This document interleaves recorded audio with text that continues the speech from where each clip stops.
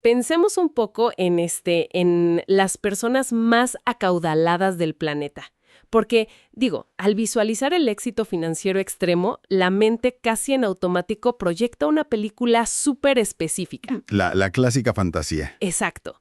Yates gigantescos anclados por ahí en el Mediterráneo, botellas de champaña carísimas, flotas de autos deportivos y mansiones con docenas de habitaciones. Totalmente. Es lo que vemos en todos lados. Pero es bien curioso porque los datos y los testimonios de quienes realmente generan más riqueza que países enteros, pues revelan una realidad completamente opuesta. O sea, un contraste brutal. Brutal. El verdadero secreto para acumular y mantener miles de millones de dólares, irónicamente, se parece más a, no sé, conducir un automóvil compacto tradicional y usar exactamente la misma ropa todos los días. Fíjate que hay una disonancia cognitiva tremenda en nuestra sociedad con este tema. Se ha condicionado a la población, digamos, durante décadas, Ajá. a través de una cultura popular que básicamente equipara el éxito financiero con el exceso visual. O sea, si tienes dinero, tienes que mostrarlo. Exactamente. Se asume que el propósito de generar capital es gastarlo frente a los demás para demostrar que, pues, que ya triunfaste. Pero, al desmenuzar las notas que guían nuestra exploración de hoy... Que son interesantísimas, por cierto. Sí, muchísimo. Es un documento revelador titulado Carlos Slim, la importancia de mantener la austeridad. Y ahí queda clarísimo que esa narrativa del despilfarro constante es una ilusión. Es francamente una trampa. Claro. La austeridad no se plantea aquí como una fase temporal o dolorosa que abandonas cuando llegas a la cima. Como el clásico, apretarse el cinturón un ratito y ya. Exacto, no es eso. Se plantea como el motor perpetuo y el pilar fundamental para sostener el éxito a largo plazo. Y esa es la paradoja gigantesca que vamos a desempacar en este análisis a fondo, porque es un choque frontal contra el estereotipo del millonario excéntrico que lanza billetes por los aires. ¿Sí? ¿La realidad es mucho más aburrida, entre comillas? Pues sí, pero muy efectiva. El documento advierte de manera tajante, casi con una frialdad matemática, que cuando la cotidianidad está repleta de productos ostentosos, la acumulación real de riqueza se vuelve logísticamente imposible. Imposible, sí. O sea, abordar el éxito desde la necesidad de adquirir bienes y servicios muy caros frena cualquier posibilidad de crecimiento. Y esto nos lleva al primer punto clave de las notas, ¿no? El espejismo del estatus. Claro, porque la cultura del consumo te enseña que adquirir estatus social es como el premio por el trabajo duro. Estatus es, pues, el primer requisito para ganar. ¡Wow! O sea, rendirse antes de empezar la carrera del estatus. Exacto. No se trata simplemente de buscar formas de ganar más ingresos, sino de entender la mecánica de cómo se fuga el capital. Claro, ¿por dónde se escapa? Comprar validación social a través de objetos caros es entrar en una competencia que por diseño no tiene línea de meta. Siempre va a existir un reloj más exclusivo O un auto más rápido. o un código postal más prestigioso. Exactamente. Lo cual me invita a pensar en una analogía muy visual para quienes nos escuchan. Imaginemos que las finanzas personales o incluso las corporativas son una cubeta. Ok, una cubeta. Y el agua que cae de la llave representa los ingresos. La trampa cultural sugiere que la solución a todos los problemas financieros es simplemente, pues, abrir más la llave, ¿no? Sí, buscar un chorro de agua más potente, ganar más. Exacto. Pero no importa si entra un caudal inmenso de agua si la cubeta está perforada. Ah, claro. Y esos agujeros en esta mecánica que menciona el texto son precisamente el deseo de mantener un estatus social. O sea, son la ropa de diseñador que en realidad no se necesita. El vehículo que absorbe una parte absurda del ingreso mensual. Totalmente. Las cenas ostentosas nada más para impresionar a conocidos. Si la estructura está diseñada para filtrar el dinero hacia afuera, aumentar el ingreso solo hace que el agua se escape mucho más rápido. Y aquí te lanzo una pregunta, porque esto me hace mucho ruido. A ver, dime. ¿Es entonces el deseo de impresionar a los demás el mayor enemigo de las finanzas personales? Incluso por encima de la simple falta de ingresos. Yo diría que sí, categóricamente. El deseo de mantener apariencias actúa como un acelerador de pérdidas tremendo. A nivel psicológico se requiere una reeducación profunda sobre el concepto mismo de la palabra austeridad. Porque la palabra tiene mala fama, ¿no? Malísima. Comúnmente, Se asocia el término con escasez, privación, pobreza, como un sufrimiento. Sí, se percibe como un castigo. Exacto. Pero la visión que proponen estos titanes de la industria redefine la austeridad. La ven como un escudo protector y un ecosistema diseñado puramente para la acumulación. O sea, no es la falta de recursos. No, es la decisión estratégica de no desperdiciarlos en banalidades. Al eliminar los gastos que solo sirven para alimentar el ego, creas una tierra fértil donde el capital tiene el espacio y sobre todo la estabilidad para multiplicarse exponencialmente. Es decir, la austeridad deja de ser una prisión impuesta por la falta de dinero y se convierte en una herramienta de diseño intencional. Un diseño a la medida, sí. Y una vez que se comprende cómo este mecanismo funciona a nivel personal para, digamos, tapar las fugas de la cubeta, resulta súper fascinante ver cómo esto se traslada al mundo macroeconómico. Uy, sí.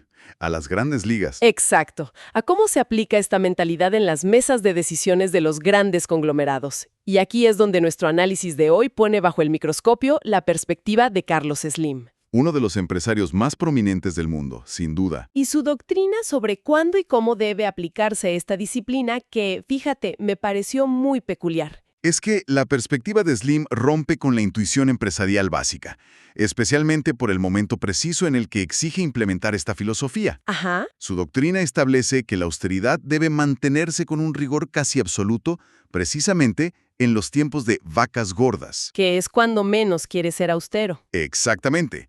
Es decir, cuando hay prosperidad económica, cuando los mercados están en alza, las ventas rompen récords y el capital fluye con abundancia, ahí es cuando hay que ser más estrictos. ¡Wow! Y el objetivo de mantener esa disciplina estricta en el pico del éxito tiene 3 propósitos fundamentales según el texto: fortalecer la estructura, capitalizar las ganancias y acelerar el desarrollo integral de la organización. Claro, la imagen mental que me surge aquí es como, no sé, decidir reparar y refuerzar el techo de una casa, pero en pleno mediodía, durante un día soleado y perfecto. Gran analogía. O sea, aprovechas el momento en que hay luz, el clima es favorable, tienes todos los materiales a la mano. Nadie en su sano juicio debería esperar a que caiga una tormenta eléctrica a las 3 de la mañana para intentar tapar las goteras, ¿no? Sería una locura. Pues el buen clima es el equivalente a esas vacas gordas. Es el momento perfecto para asegurar los cimientos. Y esos techos en el mundo empresarial son la infraestructura logística, la retención de liquidez, la eliminación de deuda. Cuestiones sólidas. Sí, porque en tiempos de abundancia, la tentación corporativa natural es expandirse sin sentido. O sea, alquilar oficinas más lujosas, contratar personal redundante nada más para proyectar crecimiento. O gastar una barbaridad en campañas de relaciones públicas faraónicas. Totalmente. Entonces, fortalecer y capitalizar significa tomar esos excedentes y blindar la compañía, reteniéndolos internamente en lugar de, disiparlos en celebraciones o dividendos prematuros. Ajá. Y el segundo gran pilar de la doctrina de Slim señala que es exactamente esta actitud austera durante la abundancia la que evita tener que realizar, y cito, ajustes dramáticos cuando el ciclo económico inevitablemente se invierte. Claro, porque siempre se invierte. Pero, a ver, aún conociendo la lógica detrás de esto, siento que hay un reto intelectual muy fuerte en la ejecución. ¿En qué sentido? Pues que suena impecable en un modelo teórico, ¿no? En el papel.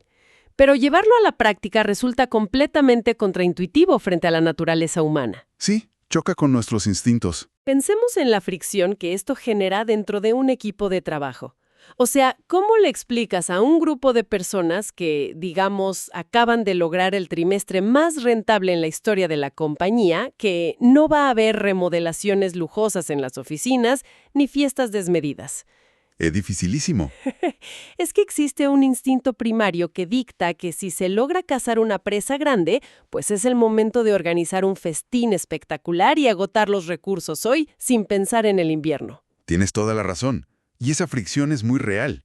De hecho, es justamente lo que separa a las empresas que sobreviven siglos de aquellas que desaparecen en su primera crisis. ¡Wow! Es ir en contra de ese instinto primario de celebración y recompensa inmediata.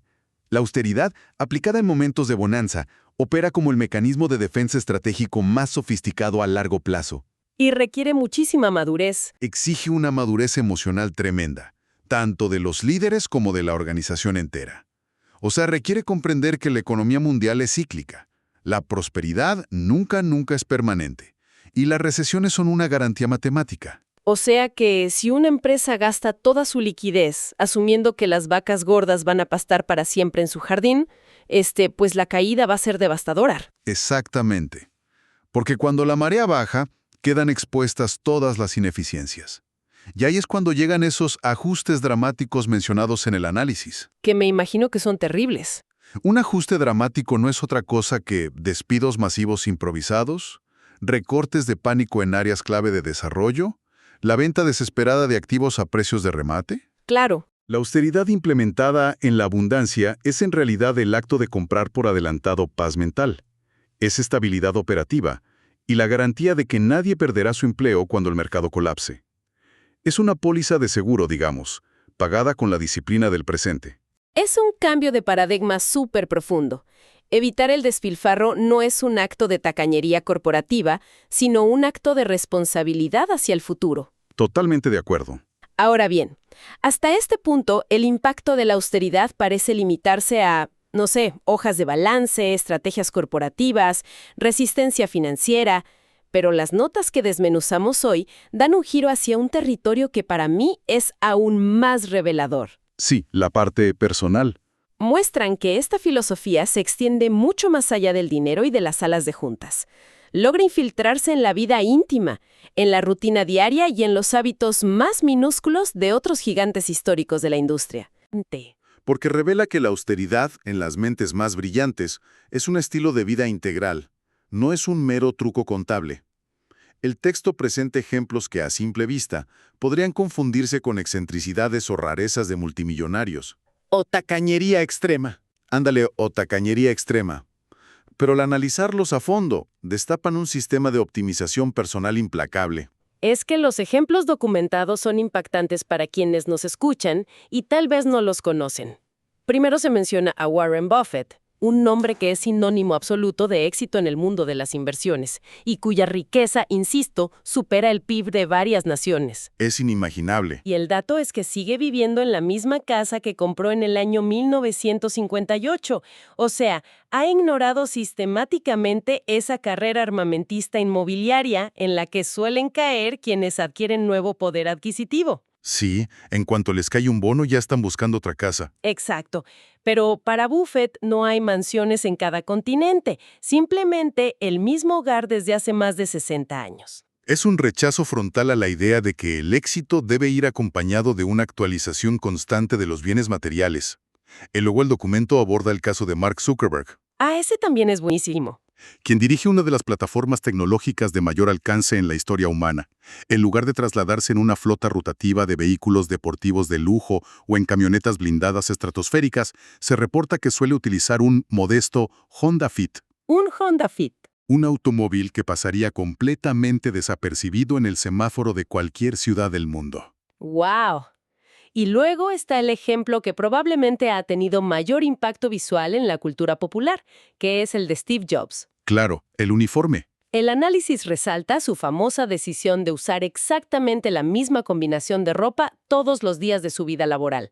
Su inconfundible suéter de cuello de tortuga negro, pantalones de mezclilla y tenis. ¿Todos lo recordamos así? Y aquí el documento hace una pausa para explicar el razonamiento detrás de esta monotonía estética y se apoya en la perspectiva de un libro, Game Changers, de Dave Asprey. Así es. Y espera, el texto menciona que la intención de Jobs al automatizar su vestimenta era liberar espacio y otorgar un mayor rango de acción a su poder cerebral. ¿Significa esto que la verdadera austeridad no busca proteger la cartera, sino proteger nuestra energía mental de la fatiga de tomar decisiones? Ese concepto lo cambia todo. La mención del poder cerebral introduce la ciencia de la economía cognitiva y la fatiga de decisión. A ver, cuéntanos de eso. El cerebro humano opera con una cantidad limitada de energía diaria impulsada por reservas de glucosa. Cada decisión que se toma, sin importar si es trivial o si es supertrascendental, consume una fracción de esa energía. Ok. Entonces, decidir qué color de camisa usar, qué reloj combina con los zapatos, qué automóvil sacar de la cochera o en cuál de las 5 mansiones vas a pasar el fin de semana. Todo eso agota. agota exactamente el mismo tanque de combustible mental que se necesita para diseñar una estrategia de negocios revolucionaria. O sea, si seguimos esa lógica, la verdadera austeridad a la que apuntan estos íconos no busca proteger las cuentas bancarias. Digo, un automóvil deportivo no afecta en lo más mínimo el patrimonio de estas figuras. Ni un rasguño le hace. Lo que están protegiendo celosamente es su energía mental. Es un sistema de defensa contra la saturación cognitiva. Es una muralla contra el desgaste innecesario. Al analizar estos hábitos bajo la lupa de la neurociencia y la eficiencia, la percepción cambia radicalmente. ¿Sí? Te cae el 20 de por qué lo hacen. Exacto. Vivir en la misma casa desde mediados del siglo pasado, conducir un coche estándar que no te genera estrés si sufre un raspón en el estacionamiento, o implementar un uniforme personal inalterable son métodos draconianos para silenciar el ruido blanco del consumismo. Qué buena frase, silenciar el ruido blanco del consumismo. Porque la austeridad se convierte en el mecanismo supremo para aislar la mente. Se elimina por completo el ancho de banda mental que requiere, pues, el simple mantenimiento del estatus social. Y creo que se puede entender mucho mejor pensando en el funcionamiento básico de una computadora o un teléfono inteligente, ¿no? A ver, sí. O sea, cuando el sistema operativo tiene 20 aplicaciones súper pesadas corriendo en segundo plano, la memoria RAM se satura, el dispositivo se sobrecalienta. Se traba todo. Se traba. Y la tarea principal, la que realmente importa, se ejecuta con lentitud y con un montón de interrupciones. Claro. Pues la ropa de diseñador que requiere cuidados especiales en la tintorería, la flotilla de autos que exige mantenimiento y seguros súper complejos, las propiedades gigantescas que necesitan todo un equipo de administradores, son todos programas corriendo en segundo plano. Es una gran forma de verlo. Consumen energía de procesamiento de forma silenciosa pero constante en la cabeza de esta gente. Y cerrar esos programas mediante la simplificación de la vida cotidiana libera una inmensa capacidad de procesamiento. Claro. Al automatizar las decisiones triviales mediante la austeridad, la mente queda despejada. Todo ese poder cerebral conservado se puede canalizar hacia la resolución de problemas de alta complejidad, la innovación, la creatividad y, en última instancia, la generación sostenida de valor real. O sea, lo que desde fuera parece, no sé, aburrimiento o falta de sofisticación. Ajá, que digan, ¡ay, qué aburrido! Siempre se viste igual. Exacto. Eso es en realidad un estado de enfoque hiperoptimizado. Rompe por completo con la ilusión de que el lujo te facilita la vida.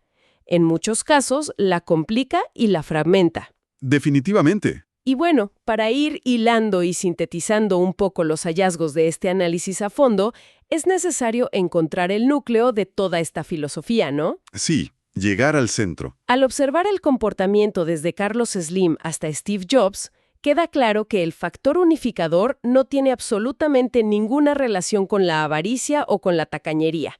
No es el simple placer de acumular monedas como si fueran un dragón cuidando su oro. No, para nada. De hecho, hacia el final del documento se ofrece una definición que encapsula magistralmente el verdadero propósito de este estilo de vida. ¿Cuál es? La conclusión central establece que la característica compartida entre todas estas figuras es una profunda valoración de la, y cito, cultura del esfuerzo. Cultura del esfuerzo. Así es.